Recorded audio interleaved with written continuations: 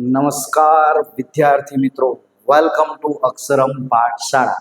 તો મિત્રો, આપ સૌનું અક્ષરમ પાઠશાળાના ડિજિટલ પ્લેટફોર્મ પર આપ સૌનું સ્વાગત છે. તો ધોરણ 9ની અંતર્ગત આજે આપણે ચર્ચા કરવી છે વિષય ગણિતમાં સંખ્યા પદ્ધતિ ચેપ્ટર.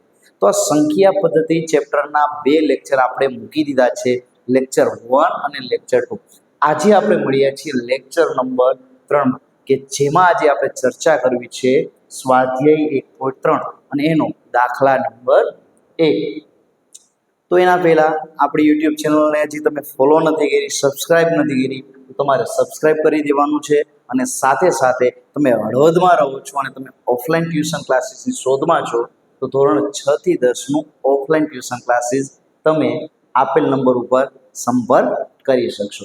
તો જોઈએ, સૌપ્રથમ સ્વાધ્યાય 1.3ની શરૂઆત કરીએ એ પહેલાં અહીંયા આપણે કન્સેપ્ટ સમજવો પડશે કે જેનું નામ છે દશાંશ અભિવ્યક્તિ. દશાંશ અભિવ્યક્તિ. તો કોઈ પણ સંખ્યા હોય, સમય હોય કે અસમય, તો એની 2 થી 3 દશાંશ અભિવ્યક્તિ હશે. કઈ કઈ હશે તો સમજીએ. તો એક સંખ્યા હોય એની દશાંશ અભિવ્યક્તિ હોય શાંત દશાંશ, બરાબર છે, એને આપણે વારફરતી સમજતા જઈએ. બીજી એની અભિવ્યક્તિ હોય અનંત આવૃત, અનંત આવૃત.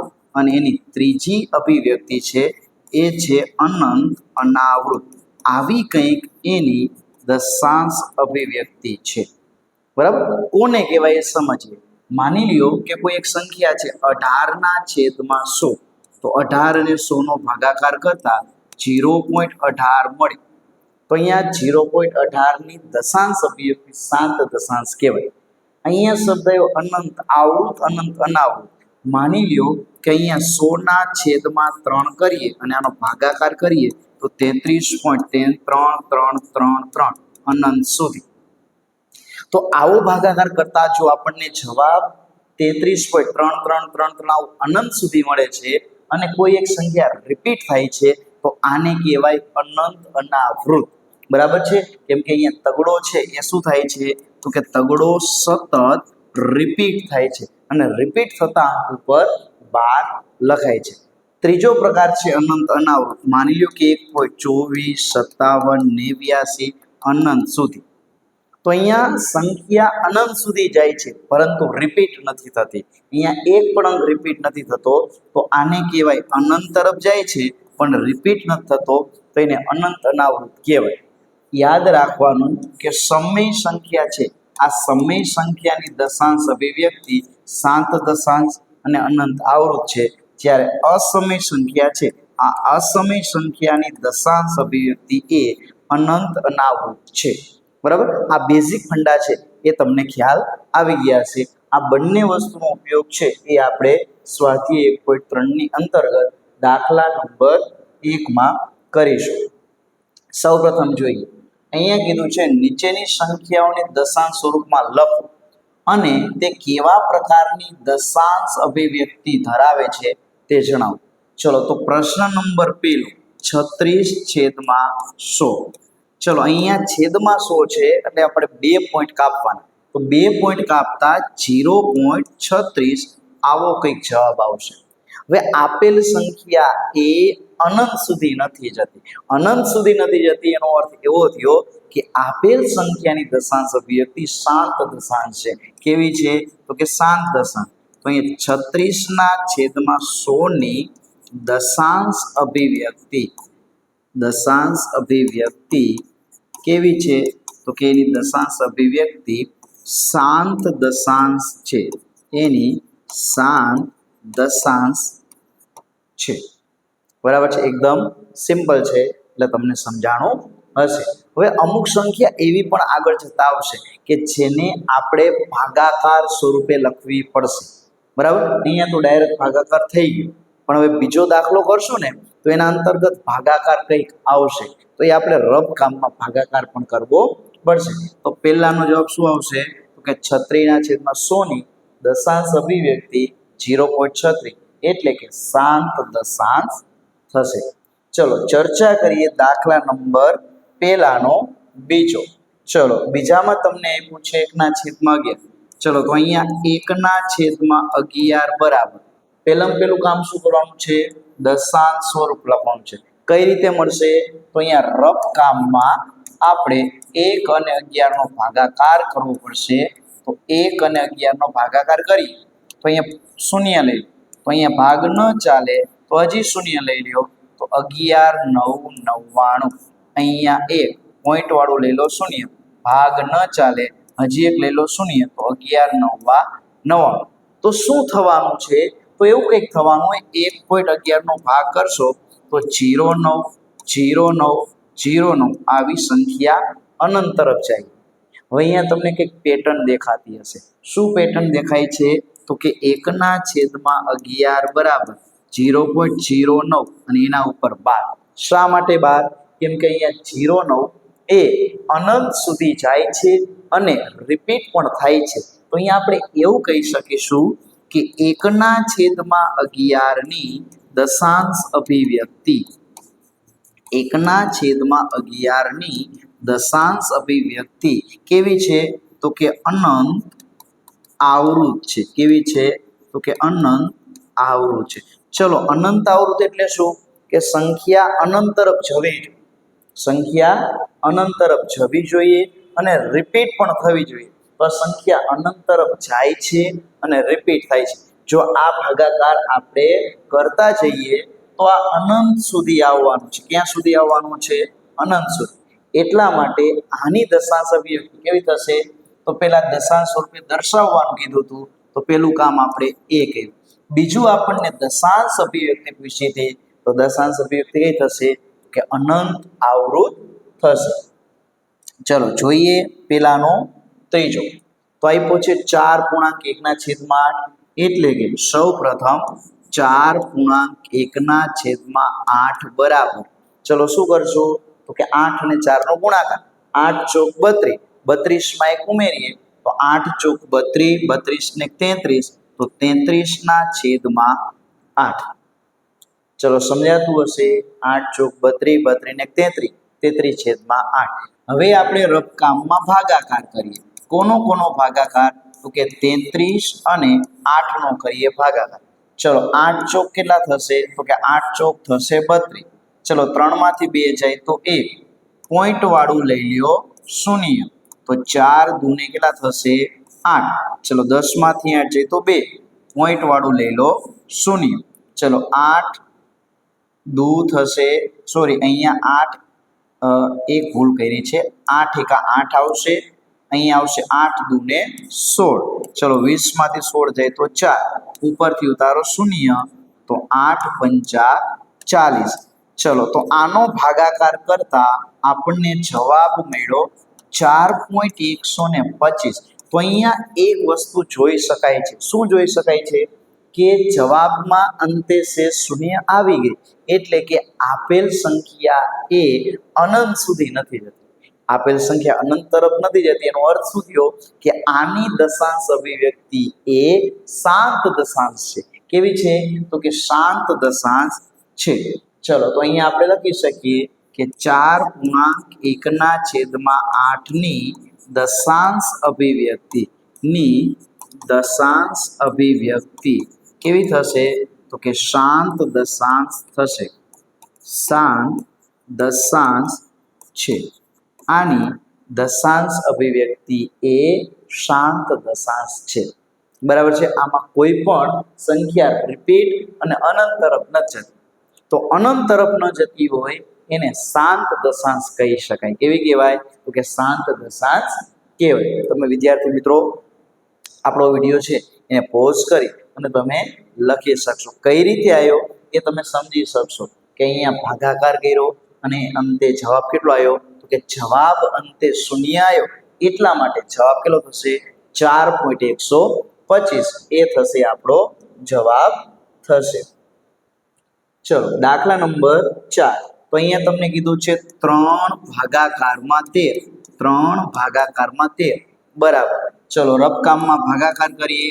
3 અને 13 નથી ભાગ હાલતો તો 2 વડે ચલાવીએ. 13 દૂને 26.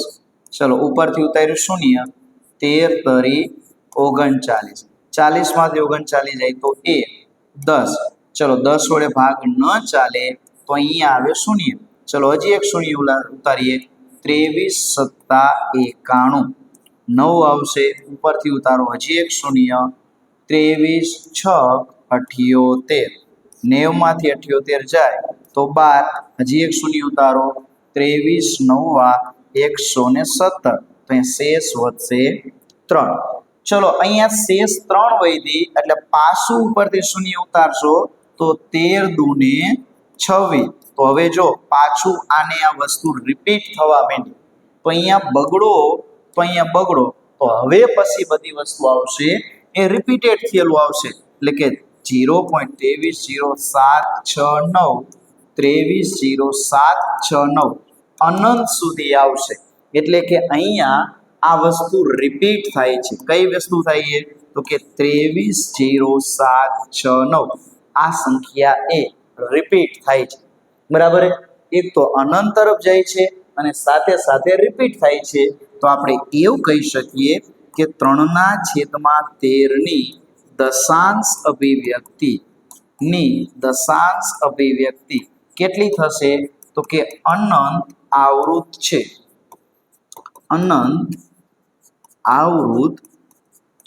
તો આની દશાંશ અભિવ્યક્તિ કેવી થશે તો કે અનંત આવૃત થશે. એકદમ સિમ્પલ છે. બરાબર છે. તમે ખાલી સમજશો એટલે તમને સમજાઈ જશે કે 3 અને 13 નો શું કર્યો છે, ભાગાકાર કર્યો છે.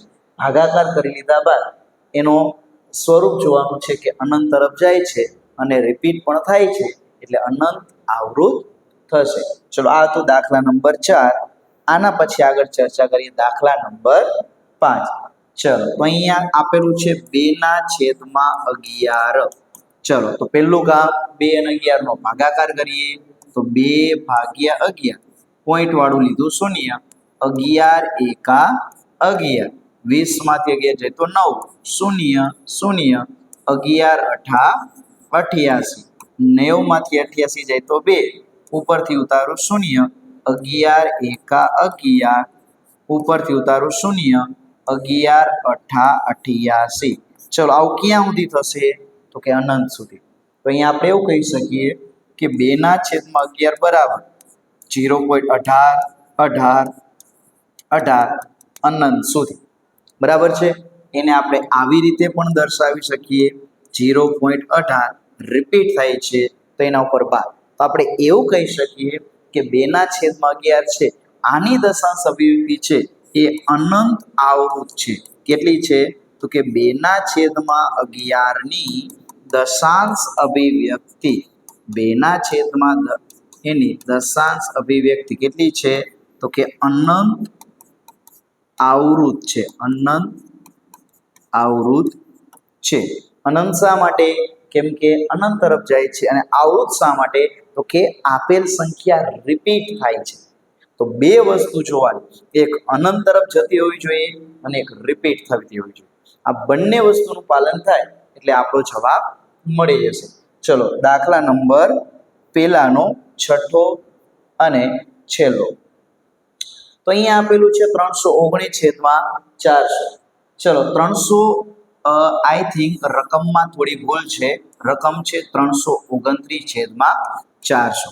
તો અહીંયા રકમ છે એ જરાક સુધારી લેશું. 329/400. ચલો હવે આ ભાગાકાર થોડોક અઘરો થઈ જાય ને તો શું કરાય? તો આને આવું કંઈક કરાય કે 329 છે ને તો 329/400 ના ભાગ પાડી દેવાય. અહીંયા 329 છે છેદમાં 400. ચલો આને આવું કરી શકાય.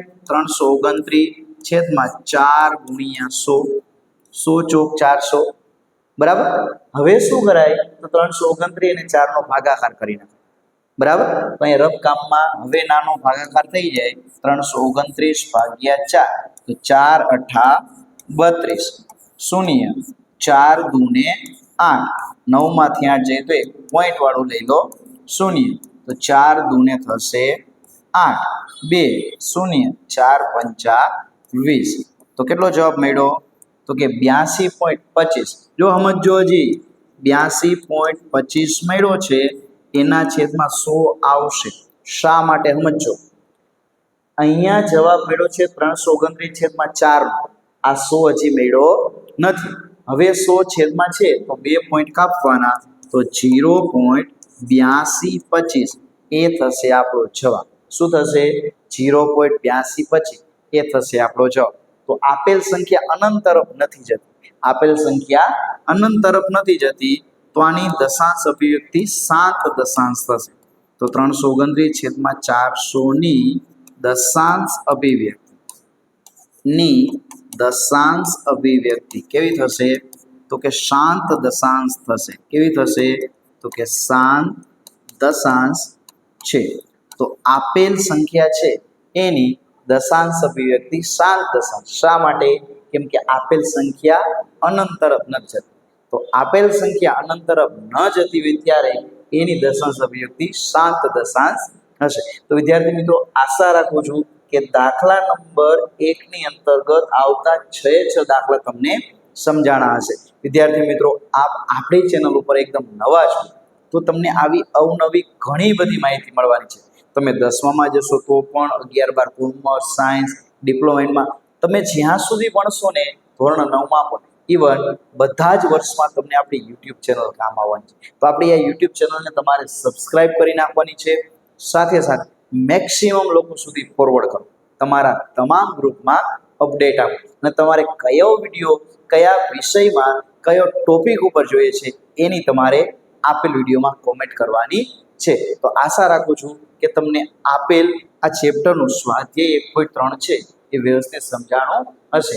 નેક્સ્ટ આપણે મળીશું સ્વાધ્યાય 1.3 ના દાખલા નંબર 2 માં. ધન્યવાદ.